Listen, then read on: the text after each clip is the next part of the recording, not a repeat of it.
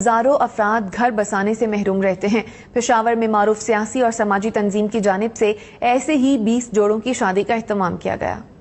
نہ سامان کی جھنجٹ، نہ ولیمے کی خرچ کی فکر۔ فلاحی تنظیم کے زیر تمام پشاور کے 20 مستحق جوڑوں کی شادی کی اجتماعی تقریب ہوئی، جس میں دلہنوں کے لیے 1.5 لاکھ روپے مالیت کے گھریلو سامان کا بندوبست کیا گیا تھا۔ میں اللہ تعالیٰ سے بہت شکر گزار ہوں کہ میں حیا عزت سے اپنے گھر جاتی ہوں، اور اب بھی ہمارے لیے دعا کرو کہ ہماری نئی زندگی ہمیشہ خوشیوں سے بھر جائے۔ ہماری معذور ہے، ہمارا بیوی بھی معذور ہے، سن لے اور بول لے دونوں بھی معذور ہے۔ انتظامیہ کے مطابق عید کے فوراً بعد 30 دیگر جوڑوں کی بھی شادی کا انتظام کیا جائے گا۔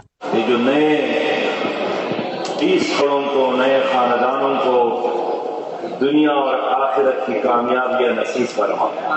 ہم لوگ یہ پریکٹیکلی لوگوں کو بتانا چاہتے ہیں کہ نکاح اتنا مشکل نہیں ہے، شادی کی رسم اتنی مشکل نہیں ہے۔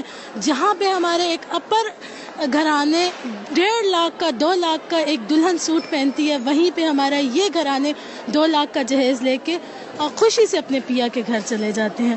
تقریب میں دلہا دلہن کی جانب سے شریک 800 مہمانوں کے لیے طعام کا بھی اہتمام کیا گیا تھا۔ تقریب کے شرکا کا کہنا ہے کہ اگر مخیر حضرات اور فلاحی ادارے ایسے ہی اپنی کاوشیں جاری رکھیں تو تمام نادار اور یتیم بچیاں عزت کے ساتھ اپنے گھروں کو رخصت ہو سکیں گی۔ کیمرہ مین عثمان خان کے ساتھ فاطمہ نازش۔